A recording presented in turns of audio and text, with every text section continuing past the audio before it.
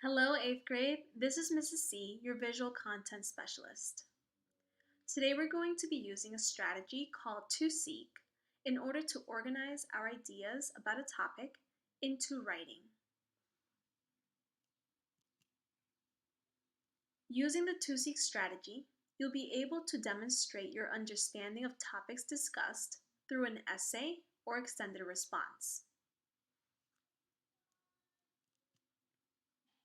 So what is the ToSEEC strategy? ToSEEC is a strategy that helps you organize your ideas into writing. It is used for writing informative pieces or extended responses.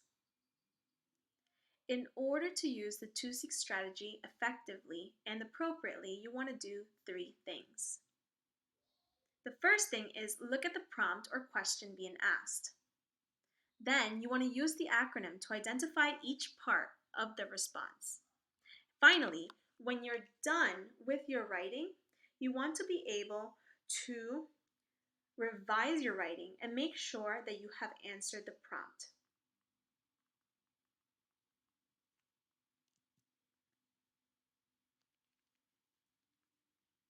You will have the opportunity to use this strategy when you create an essay or extended response to explain the technology that was used during World War I and how it influenced the direction of innovation in warfare. But first, let's go over the acronym, ToSEEC. An acronym is a set of letters that create a word that stands for something. So each letter in that word stands for something. And this helps us to remember the steps to specific things. It's kind of like a recipe. So here, TOS or TOS in ToSEEC stands for topic statement. This is the first sentence in your paragraph, where you'll state your essential idea about the topic or begin to answer the prompt. What follows is the E for evidence. This is where you cite evidence from a source in order to support your essential idea or develop your topic. Next comes another E that stands for elaboration. When you elaborate, you explain in your own words how this evidence connects back to your essential idea or how it supports or develops your topic. Finally comes C, which stands for concluding statement or conclusion. Here, you'll be able to reinforce your essential idea or restate your topic statement. Before you get the opportunity to apply your expertise of the ToSEEC strategy independently, let's try to model what that looks like. So here, we're going to use this organizer in order to answer the prompt, what advantages the U.S. have during World War I.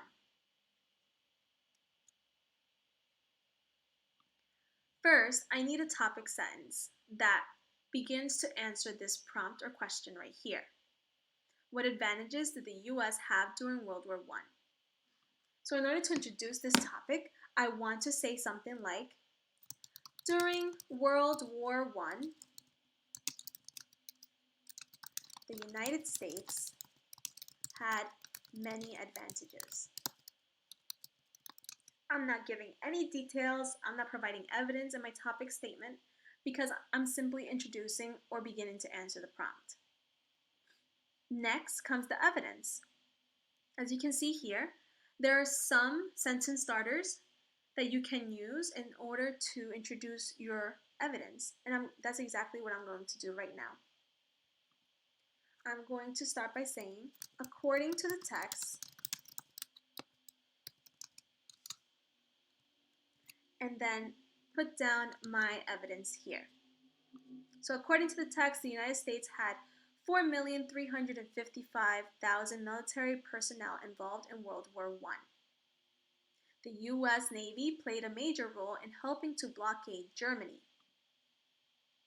keeping out supplies and hurting Germany economically. Then comes elaboration. This is where I'm going to explain in my own words why this was an advantage. So I'm going to use my sentence starters here. I'm going to use one of these. This example, or this evidence, I'm putting my own twist to it, reveals how the United States had more manpower during World War I, and how they used this to be tactical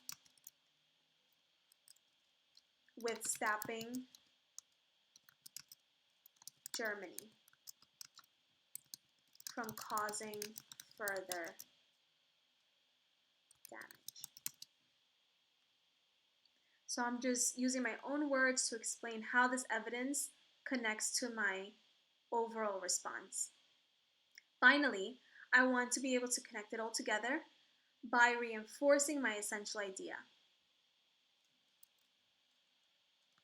Overall, the United States